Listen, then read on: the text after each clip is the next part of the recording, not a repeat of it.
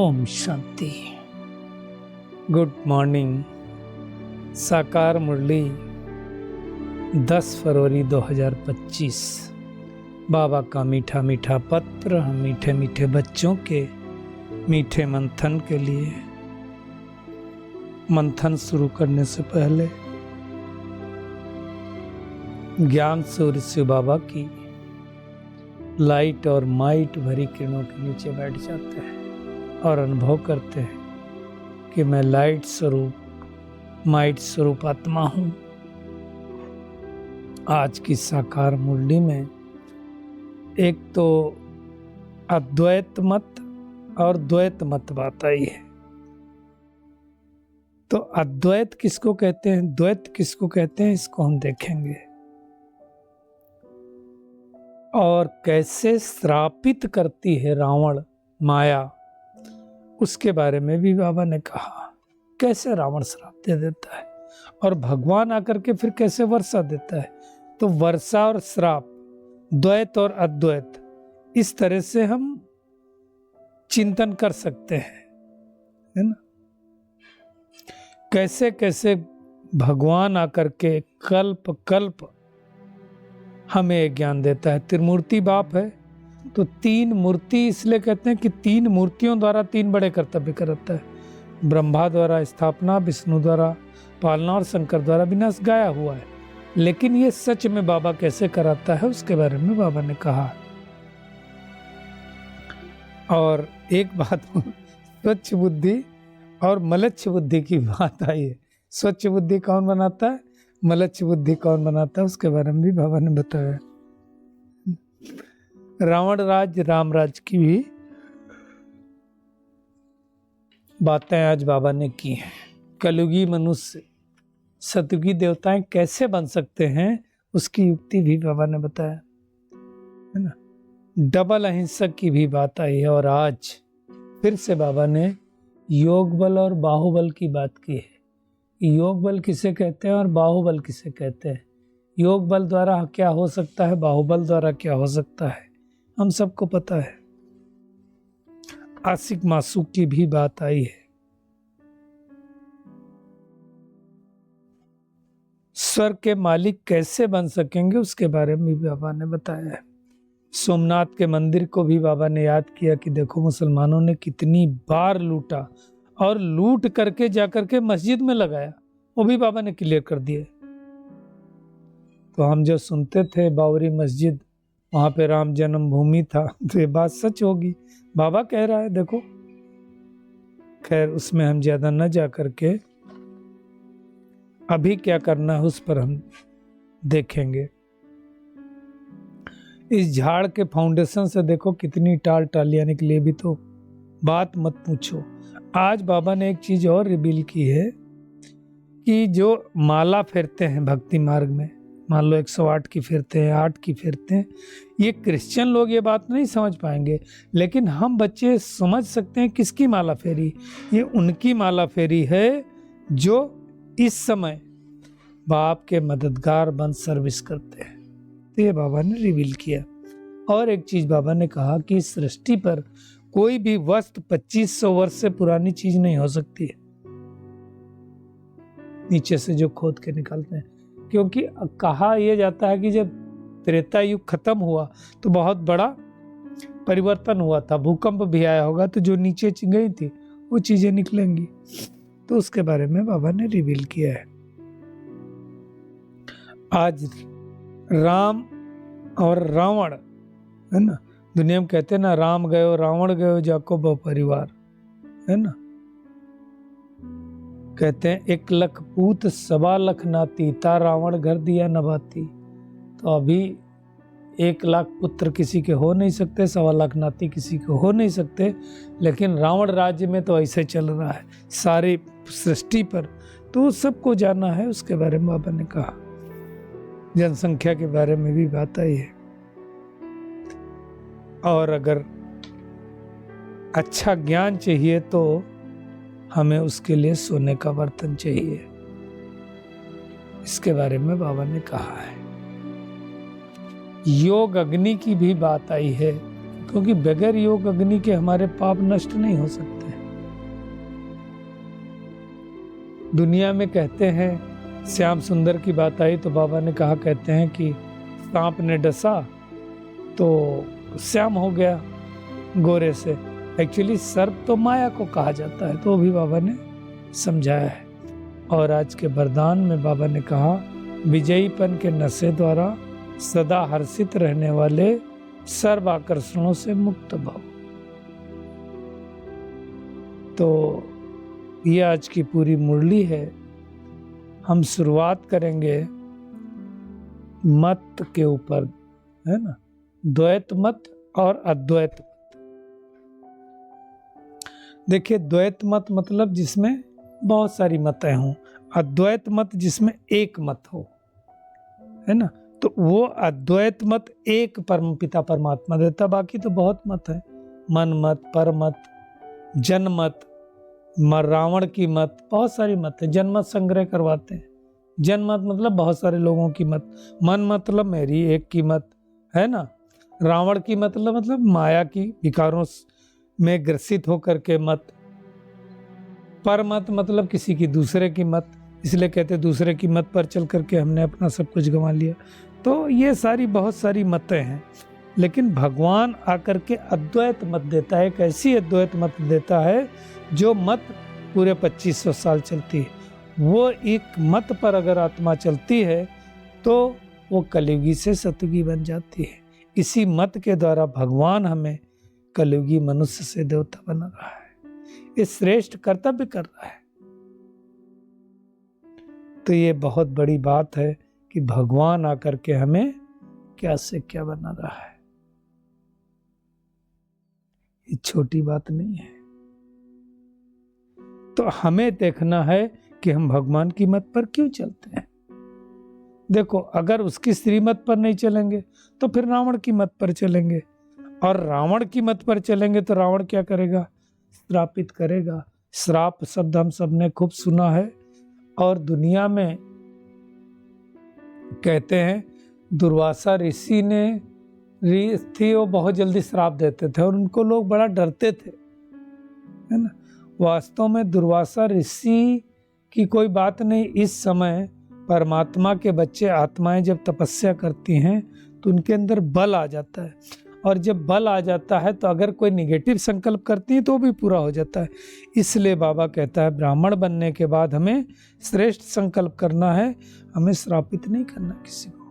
और वास्तव में देखा जाए तो हम अपने घर में, परिवार में लोगों को रोज श्रापित करते हैं। कैसे श्रापित करते हैं?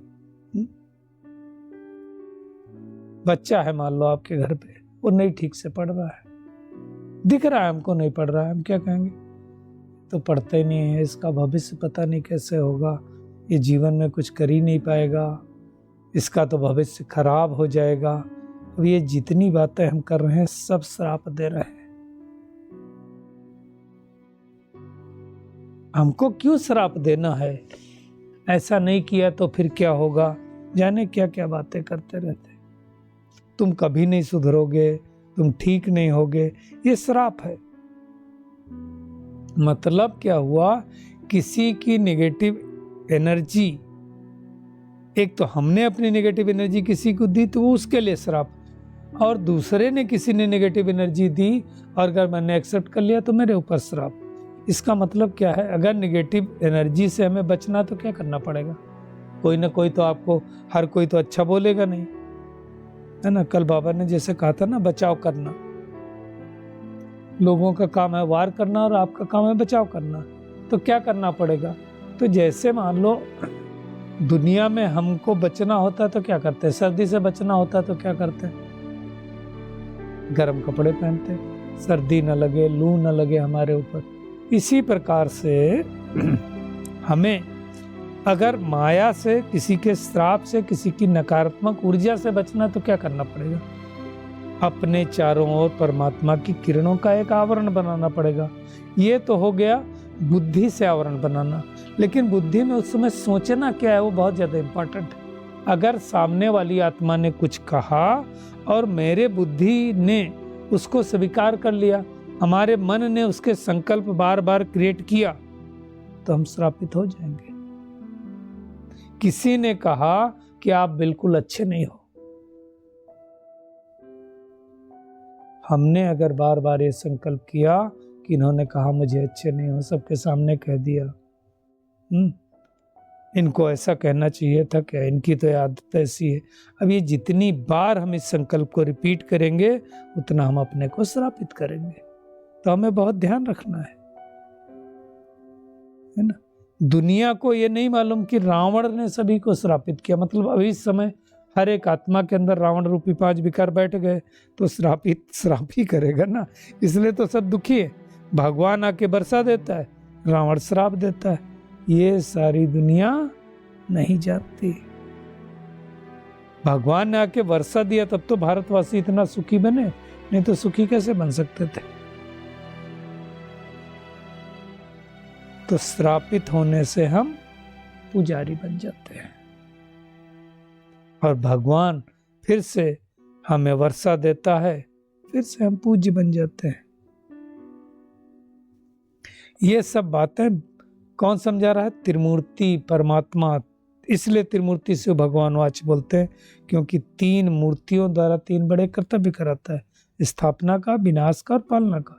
स्थापना पालना विनाश नहीं कहेंगे, पहले स्थापना फिर विनाश फिर पालना। जब हम सब आत्माएं जीवन बंध में आ जाती हैं तब भगवान इस सृष्टि पर आता है हमें उस जीवन बंध से मुक्त करने के लिए, और आकर के 1-2 दिन के लिए नहीं मुक्त करता है, आधा कल्प के लिए मुक्त कर देता है। फिर आधा कल्प बाद रावण आकर के हमको श्राप देता है, इसलिए दुखी होते हैं। कल सुखी थे, आज दुखी हैं, अब फिर से सुखी होने वाले। इसलिए तो देखो दुनिया में देवताओं के आगे माथा टेकते, पूजा करते, परंतु उनको थोड़ी मालूम सतयुग कब था, किसको पता नहीं है। अब दुनिया में ये भी कहते हैं सतयुग तो लाखों वर्ष था, त्रेता की, द्वापर की, कलयुग की, और उससे बढ़ाते जाते हैं तो उस हिसाब से तो कितने ढेर मनुष्य हो जाएंगे। ये सब बातें बाबा करके हमें समझाता है। 33 करोड़ ही देवी देवताएं थे। अब 33 करोड़ ही देवी देवताओं को लाखों वर्ष थोड़ी लगेंगे। ये सब समझने की बात है, ये तो बाबा करके समझाता, नहीं तो हमको भी कहाँ पता था। ये भी तो नहीं पता था कि देवताएं सर्वगुण संपन्न 16 कला संपूर्ण होते हैं। तो मनुष्य देखने में हमारे जैसे 2 आंख 2 नाक 2 कान है, परंतु फर्क क्या है, वो सर्वगुण संपन्न 16 कला संपूर्ण हैं, इसलिए उनको देवता कहा जाता है। हमारे अंदर वो गुण नहीं है, इसलिए हम मनुष्य हैं। तो ये सब बातें अच्छी तरह से समझना है और समझ करके फिर दूसरे को समझाना है। भगवान ने तो हमें शांति धाम का, ब्रह्मांड का, विश्व के मालिक बनने का सारा ज्ञान दे दिया है ना। बाबा ने कहा तुम इस समय युद्ध के मैदान पर हो। किसके साथ हमारी युद्ध है? तो हमारी युद्ध है माया के साथ, है ना। उस पर विजय पाने के लिए क्या चाहिए? योग बल चाहिए। दुनिया में विजय पाने के लिए क्या चाहिए होता है? एक देश को दूसरे देश पे बाहुबल चाहिए। बाबा ने कई बार मुरलियों में कहा ये रूल नहीं है कि बाहुबल से आप विश्व पर राजधानी स्थापन करोगे, हो नहीं सकता है। उसके लिए क्या चाहिए? योग बल चाहिए। तो योग बल हमें जमा करना है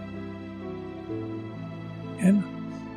तो जितना योग बल जमा करेंगे उतना हम डबल अहिंसक बन जाएंगे, है ना। एक तो विकारों की हिंसा नहीं करेंगे और स्थूल हिंसा भी नहीं करेंगे। इसको कहा जाता है डबल अहिंसा। और हमें डबल अहिंसक बनना ही से एक अंतिम जन्म के लिए, उसके बाद तो जरूरत ही नहीं। फिर तो हमको इतने सुख घनेरे मिलेंगे कि बात मत पूछो। थे सुख घनेरे, भारत में स्वर्ग था, देवी देवताएं राज्य करते थे, इतना धन था कि देखो द्वापर युग में भी सोमनाथ का मंदिर बनाया, जिसको एक बार नहीं 17 बार महमूद गजनबी लूट कर गया। आज तो बाबा ने कह दिया जय मस्जिद में धन लगाया होगा। इतना अथाह धन था। भारत में तो पहले मुस्लिम भाई लोग थे नहीं ना, वो तो बाद में आए। तो हमारे सोने के महल थे, सोने के दरवाजे थे, दरवाजों पर रतन जड़ित थी, तो वो आकर के उन लोगों ने लूटा। ये सब बातें बाबा आकर के समझाता है। तो इस समय जो भगवान की मददगार बनता है, मदद करके सर्विस करता है, उन्हों की माला बनती है, अंडरलाइन करना। और वही पूरे चक्र में आते हैं, वही पूज्य से पुजारी बनते हैं, उन्हों का यादगार है। और बाद में फिर भक्ति मार्ग में उनकी माला सिमरी जाती है। अब ये सारी बातें दुनिया में थोड़ी पता है, दूसरे धर्म वालों को तो बिल्कुल नहीं पता होगा। अब आज से जब किसी को माला फेरते हुए देखे, नॉर्मली 108 वाली माला फेरते हैं ना लोग, तो क्या सोचना किसकी माला फेर रहे हैं। तो वो संकल्प आना चाहिए। जैसे किसी को भक्ति करते हुए देखो, पूजा करते हुए देखो, तो क्या होना चाहिए, तथास्तु। जो ये संकल्प कर रहा है ये पूरा हो जाए, बाबा ये करना है, तो क्या होगा, वो धीरे धीरे हमारे अंदर वो देवताई गुण जागने लगेंगे, अपने आप वो दैवी गुण आते जाएंगे। क्योंकि झाड़ तो बहुत बड़ा हो गया है, अनेक टलटालियां मठ पंथ हो गए हैं। अब उन पूरे टालियों में से देवी देवता छांटना, यही तो बड़ा काम। और वही आकर के बाबा करता है। क्या करता है, एक तरफ से सबको ज्ञान सुनाता जाता है, तो जो देव कुल की आत्माएं होती है वो बाहर निकलती जाती है। तो ये बहुत बड़ी बात है। बाबा ने कहा कि भक्ति मार्ग में जो 2500 साल पुरानी चीजें निकल आई, बाबा ने आज कहा ना 2500 साल से ज्यादा पुरानी होती नहीं। अब विनाश होगा, ये फिर सारी अंदर जाएंगी। फिर क्या होगा, सतयुग में सोने की खानियां फिर से जो खाली हो गई ना, वो भरतू हो जाएंगी। थोड़े मनुष्य होंगे तो वहां तो कोई कमी नहीं होगी। अभी भी देखो, कोई सोना की कमी है क्या? टनों मंदिरों में है, लेकिन स्कैटर्ड है। तब एक भारत देश के पास होगा तो बहुत ज्यादा होगा। तो इस समय ही भगवान आता है, कब? जब ये झाड़ पूरा जड़जड़ी भूत अवस्था को प्राप्त हो जाता है। अभी देखो ब्राह्मणों का कितना छोटा परिवार है, वहां तो कितने बड़े बड़े परिवार होते हैं ना, अनेक धर्म हैं। अभी उस समय तो एक ही धर्म होता है, एक धर्म, एक राज, एक कुल, एक भाषा। तो ये सब बातें बाबा ही समझाता है। लेकिन ये बातें समझने के लिए हमारी बुद्धि कैसी चाहिए? सोने का बर्तन चाहिए, पवित्र चाहिए, गोल्डन चाहिए। अगर पतित बना तो आज बाबा ने कहा ज्ञान नहीं सुना सकता है। वैसे भी उसका असर नहीं होगा तो सुनाया करके फायदा क्या है? सुनाना नहीं चाहिए, संदली पर बैठना नहीं चाहिए। तो अच्छी तरह से समझना है कि हमको भगवान आकर के कैसे पढ़ा रहा है। ऐसी पाठशाला सारी दुनिया में कहाँ होगी जहाँ पढ़ाने वाला स्वयं भगवान हो, पालना करने वाला पिता हो, सदगति देने वाला सदगुरु हो। तो हो नहीं सकता।